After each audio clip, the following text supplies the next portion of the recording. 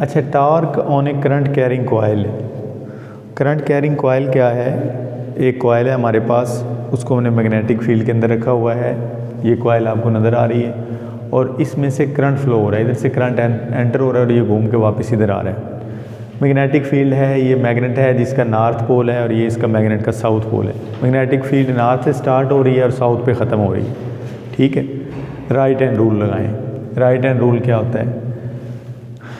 Thumb को अपने current की डायरेक्शन में रखना है, फिंगर्स को मैग्नेटिक फील्ड की डायरेक्शन में रखना है। जो आपकी पाम है, हथेली है, वो फोर्स को शो करेगी, फोर्स बाहर की तरफ लगेगी इस साइड पे। इसलिए मैंने जो ब्लू कलर का डॉट लगाया हुआ ना, ये फोर्स को शो कर रहा है और ये शो कर रहा है कि ये इस साइड से कॉइल बाहर आएगी। अच्छा, इस साइड पे क्या होगा?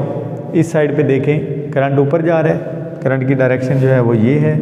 ठीक है, और थंब आपने करंट की डायरेक्शन में रखना है, फिंगर्स आपने फील्ड की डायरेक्शन में रखनी है, पाम जो है वो इनसाइड है। इसका मतलब ये हुआ कि यहाँ से यहाँ पे जो फोर्स होगी वो अंदर की तरफ होगी और कॉइल जो है वो इनसाइड मूव करेगी, यानी कि फोर्स की डायरेक्शन जो है वो कुछ इस तरह से होगी, एफ इधर, और इधर से बाहर की तरफ होगी। ठीक हो गई? इसको F1 F2 भी कह सकते हैं, F और F डैश भी कह सकते हैं। बुक वाले ने F1 F2 कहा हुआ है, लेकिन दोनों फोर्सेस की मैग्नीट्यूड इक्वल है, डायरेक्शन में फ़र्क है। अच्छा, ये फोर्स कौन सी होगी आप मुझे बताएं कि ये वो फोर्स होगी जो हमने लास्ट लेक्चर में पढ़ी थी, F is equal to q v B, ये वाली फोर्स होगी, या ये फोर्स होगी F is equal to I L B जो हमने इस चैप्टर के शुरू में पढ़ी थी? कौन सी होगी इस फोर्स में? आई एल बी होगी। आई एल बी क्यों होगी? इसलिए होगी आई एल बी क्योंकि ये कंडक्टर है ये, और ये मैग्नेटिक फील्ड के अंदर पड़ा हुआ है और कंडक्टर मूव कर रहा है। इस पूरे को एक कंडक्टर हम कंसीडर करेंगे। तो इसका मतलब ये हुआ कि F1 इज इक्वल टू होगा आई एल बी F1। ठीक है, दरमियान में रुकना पड़े तो पाज का भी ऑप्शन होता है। अच्छा, F is equal to I L B लेना है। क्यों लेना है आई एल बी? क्योंकि हम इसे कंडक्टर कंसीडर कर रहे हैं सारे को, कंडक्टर मूव कर रहा है मैग्नेटिक फील्ड के अंदर, बाहर की तरफ और अंदर। F is equal to I, आपको पता है ये फार्मूला होता है basically, F is equal to I L cross B, ये फार्मूला होता है। अच्छा, अब L cross B sine theta होगा, और देखिए मैग्नेटिक फील्ड और लेंथ ऑफ द कंडक्टर जो है इसके दरमियान कौन सा एंगल बन रहा है? यहाँ पे देख लें, यहाँ पे देख लें, ये देखिए 90 का। एल और बी, ये एल है, लेंथ ऑफ द कंडक्टर है, ये इसका एरिया है ये वाला, इसको ए कंसीडर करें, और ये लंबाई इसकी लेंथ। तो लेंथ और एरिया मैग्नेटिक फील्ड में 90 का एंगल बन रहा है। इसलिए जब हम इसको ओपन करेंगे और लिखेंगे I L B sine of 90 degree, तो ये हमारे पास आ जाएगा 1, और इसलिए हम इसको सिर्फ आई एल बी लिख लेंगे इस तरह से, ये आ जाएगा। अब F1 का मतलब है एक साइड वाली फोर्स, और F2 का मतलब है दूसरे साइड वाली फोर्स जो है F is equal to I L B. और दोनों फोर्सेस की डायरेक्शन डिफरेंट है मगर मैग्नीट्यूड सेम है, क्योंकि एक ही करंट फ्लो कर रहा है। इसलिए हम कह सकते हैं कि F1 is equal to F2 होगा, और ये बराबर होगा आई एल बी के। ठीक है, या हम सिंपल इसको F भी लिख सकते हैं कि F is equal to I L B है। अच्छा, अब आप मुझे बताएं कि आपने टार्क पढ़ा था चैप्टर नंबर 2 में फर्स्ट ईयर के अंदर। टार्क क्या होता है? Turning effect of force. इसका मतलब ये है कि अगर कोई फोर्स टर्न प्रोड्यूस करे किसी बॉडी में तो उसको हम टार्क बोलेंगे। हमारी फोर्स टर्न प्रोड्यूस कर रही है या नहीं? टर्न का मतलब ये है, ये रोटेशन उसने क्रिएट कर दी है। तो हमारी जो बॉडी है, जो कॉइल है हमारी, इसमें फोर्स बॉडी को घुमा रही है या नहीं घुमा रही? घुमा रही है। इसका मतलब है यहाँ पे टार्क प्रोड्यूस हो गया है, टार्क आ गया है। अब हम टार्क जो है, टार्क को मैथमेटिकली हमने देखा था कि इस तरह से लिखते हैं, torque is equal to force multiply by movement arm. Force क्या? फोर्स आपको पता है हमारे पास है F is equal to I L B, movement arm क्या चीज़ होती है? मूवमेंट आर्म बेसिकली वो फासला होता है, वो परपेंडिकुलर फासला कहना सही है, वो डिस्टेंस जो फोर्स, जहाँ पे फोर्स लग रही होती है उससे लेकर और एक्सिस ऑफ रोटेशन, जिस पॉइंट के इर्द गिर्द बॉडी रोटेट कर रही है, उन दोनों के दरमियान जो फासला है उसको हम क्या बोलेंगे? Movement arm. ये देखें, अगर मैं इस मार्कर को ऐसे घुमा रहा हूँ तो ये सेंटर इसका एक्सिस ऑफ रोटेशन है। अगर मैं फोर्स यहाँ से लगा के घुमाऊँ तो यहाँ से लेकर यहाँ तक का जो फासला होगा ये मूवमेंट आर्म कहलाएगा। लेकिन ये फासला परपेंडिकुलर डिस्टेंस होता है। ये देखें, अगर मैं फोर्स ऐसे लगाऊंगा तो बॉडी रोटेट नहीं करेगी, फोर्स ऐसे लगाएंगे तो बॉडी रोटेट करेगी। उस डिस्टेंस के परपेंडिकुलर फोर्स होती है, यानी कि फोर्स और डिस्टेंस के दरमियान जो एंगल है वो 90 होता है, तो हम उसे क्या बोलते हैं? Movement arm.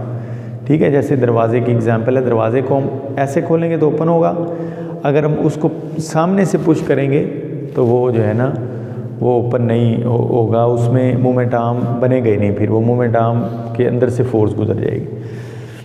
इसलिए हमारे पास फोर्स जो है वो क्या है? फोर्स है हमारे पास आई एल बी, और मूवमेंट आर्म हमारे पास क्या है? मूवमेंट आर्म जो है यहाँ से, ये हमारा एक्सिस ऑफ रोटेशन है, ये हमारा एक्सिस ऑफ रोटेशन है, ये सेंटर वाला, यहाँ से लेकर यहाँ तक का फासला ये मूवमेंट आर्म कहलाएगा। ठीक है, अब इधर देखें, अगर तो टोटल मैंने ए कहा हुआ था तो एक साइड a/2 होगी। ठीक है, ये वाली साइड a/2 होगी। टोटल ए है ना, ये यहाँ से लेकर यहाँ तक, टोटल यहाँ से लेकर यहाँ तक जो लेंथ है वो क्या है? a। आधी क्या होगी? a/2, और ये क्या होगी? a/2। हम इसको इस तरह से लिख सकते हैं, एक साइड पे जो टार्क आएगा हमें मिलेगा, एक साइड पे टार्क वो मिलेगा फोर्स इंटू a/2। ठीक है, इसको चले τ1 कह लें, यानी कि ये वाली फोर्स F1 ले रहे हैं हम, फ़र्ज़ करें F1 फोर्स ले रहे हैं इक्वली दोनों फोर्सेस, उस साइड पे जो टार्क प्रोड्यूस हो रहा है वो होगा a/2। इसी तरह से जो τ2 है वो होगा ILB, दूसरा a/2। ठीक हो गया, इन दोनों को जमा करें, दोनों को जमा करेंगे तो टार्क बराबर आ जाएगा ILB, कॉमन आ गया, a/2 plus a/2, a/2 plus a/2 क्या होगा? a, टोटल टार्क जो है। इस स्टेप की समझ आई? पहले हमने टार्क निकाला है एक साइड का, F1 वाली साइड का फोर्स F1 इंटू जो मूवमेंट आर्म है a/2 वो, फिर हमने τ2 लिया है, फोर्स F2 सेम फोर्स है IL और साथ मूवमेंट आर्म जो है वो a/2, फिर हमने दोनों को जमा कर दिया यहाँ पे, तो हमारे पास आ गया टोटल टार्क τ1 प्लस τ2, तो ये हमारे पास आ जाएगा कि इस तरह से करके। ठीक है, इन दोनों को जमा करेंगे तो ILB common, a/2 plus a/2, तो a/2 प्लस a/2 जो है वो सिंपल a हो जाएगा, क्योंकि वो बनेगा 2a/2, 2 से कैंसिल और सिर्फ a रह जाएगा। ये हमारे पास टार्क आ गया कॉइल का, टोटल जो उस पर एक्ट कर रहा है दोनों फोर्सेस की वजह से कंबाइन। ठीक हो गया।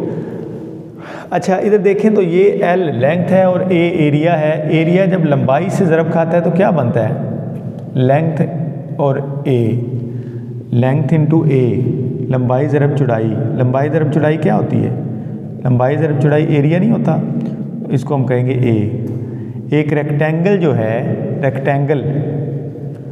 रेक्टेंगल का एरिया निकालना हो तो हम क्या करते हैं?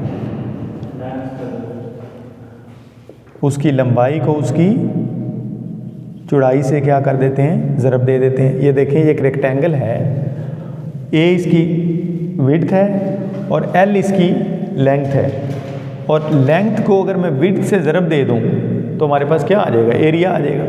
तो इस फार्मूले में जो L और A है इन दोनों को मल्टीप्लाई किया है और यहाँ पे एरिया मिल गया हमें, तो मैंने इसको लिख दिया A, इसको हम लिख दिया τ इज इक्वल टू IAB। अच्छा, अगर ये तो केस था जब इसमें एक पॉइंट और है वो बता के फिर मैं आपको दूसरी साइड, अगर एक से ज़्यादा कॉइल हों तो हम n से ज़रब दे देंगे। For n number of turns, for n number of turns, यहाँ पे n से ज़रब दे देंगे तो NIAB बन जाएगा। अगर एक से ज़्यादा कॉइल्स हों तो n से ज़रब दे दें। एक पॉइंट ये है, देखें हमारी कॉइल पड़ी हुई है मैग्नेटिक फील्ड के साथ पैरेलल। कॉइल का जो ये जो कॉइल का प्लेन है, फील्ड इसके अंदर से गुजर रही है। इस पॉइंट को थोड़ा सा समझें।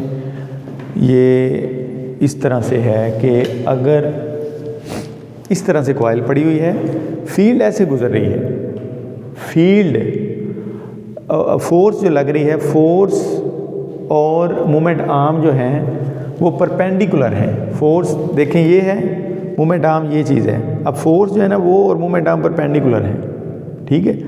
लेकिन जब कॉइल वहाँ से निकलेगी ऐसे होगी तो फोर्स और मोमेंट आर्म परपेंडिकुलर नहीं रहेंगे, 90 का एंगल नहीं बनेगा। इसका मतलब है फिर हमारा मोमेंट आर्म क्या होगा, जब फोर्स और मोमेंट आर्म परपेंडिकुलर नहीं होंगे।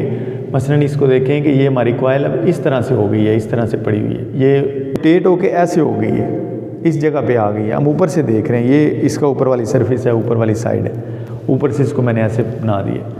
ये उसी तरह से साइडें हैं, यहाँ से फील्ड जा रही है, उसको अब छोड़ें, फोर्स बाहर की तरफ आ रही है F1, और ये वाली फोर्स कौन सी है, F2, ठीक हो गया। अच्छा, ये एरिया है, उसी तरह से ये टोटल A है, moment arm, total moment arm जो है वो A है, यहाँ से लेकर यहाँ तक हाफ A/2 होगा।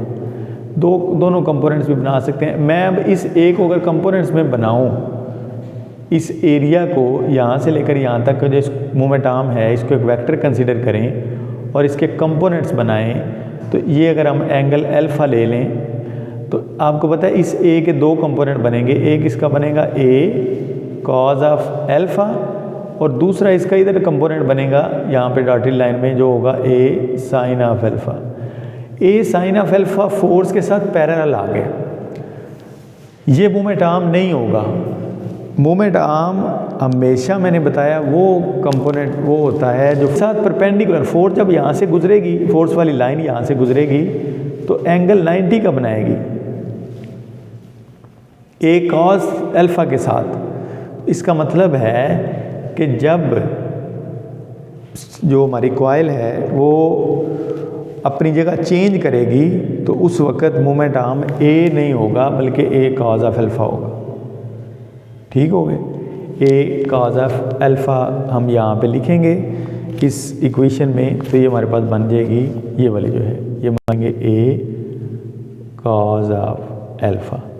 फिर उसी तरह से L A से ज़रब खाएगा तो ये हमारे पास आ जाएगा A B cause of alpha, ऐसे भी लिख सकते हैं हम इसको। और for n number of turns यहाँ पे n लगा देंगे, ये आ जाएगा कॉज ऑफ अल्फ़ा, ये चीज़ आ जाएगी यहाँ पे, ठीक है। एक इसका जो है वो ये तरीका है कि हम A को जो है ना वो कंपते हैं और उसको फिर बाद में हम ऐड कर लें लहदा करके।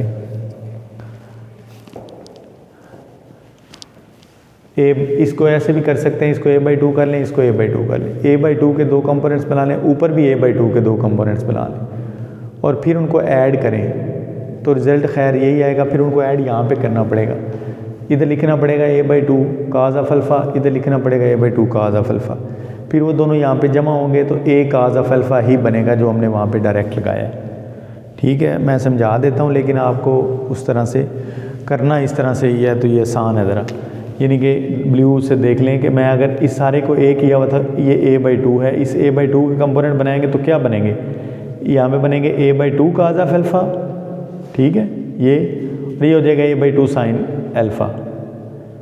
अच्छा, जो साइन अल्फ़ा वाला कंपोनेंट है ना, ये मोमेंट आर्म नहीं हो सकता। एक तो ये पिवट पॉइंट के अंदर से गुजर रहा है, दूसरा ये फोर्स के साथ पैरेलल है।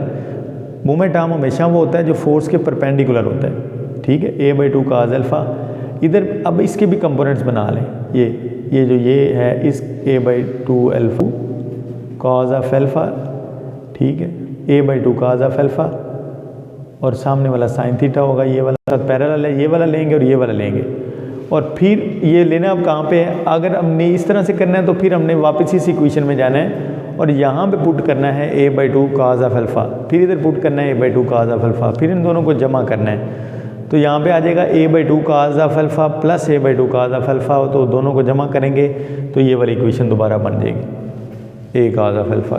ठीक है, लेकिन ये मैंने आपको बताया कि अदर मेथड से हम आ सकते हैं। बहरहाल आप जो है कोशिश करें कि एक मेथड फॉलो करें, और वो सिंपल यही है कि जो बुक में है ए जो मोमेंट आर्म हमारा सारा है, इसको एक दफ़े कंपोनेंट्स में डिवाइड कर दें, a cos अल्फ़ा और a sin अल्फ़ा में, तो ये जो है ये चीज़ आ जाएगी हमारे पास यहाँ पे। ये ठीक हो गए। ये बड़ा इम्पॉर्टेंट टॉपिक है, इससे हमारे अगले जो टॉपिक्स हैं उनके साथ भी ये लिंक करेगा, और शार्ट क्वेश्चन भी इससे हम कुछ करेंगे और वगैरह में भी ये यूज़ होता है। इसकी काफ़ी ज़्यादा एप्लीकेशन है अगले चैप्टर में भी। ठीक है जी, यहाँ पे हम इसको वाइंड अप करते हैं।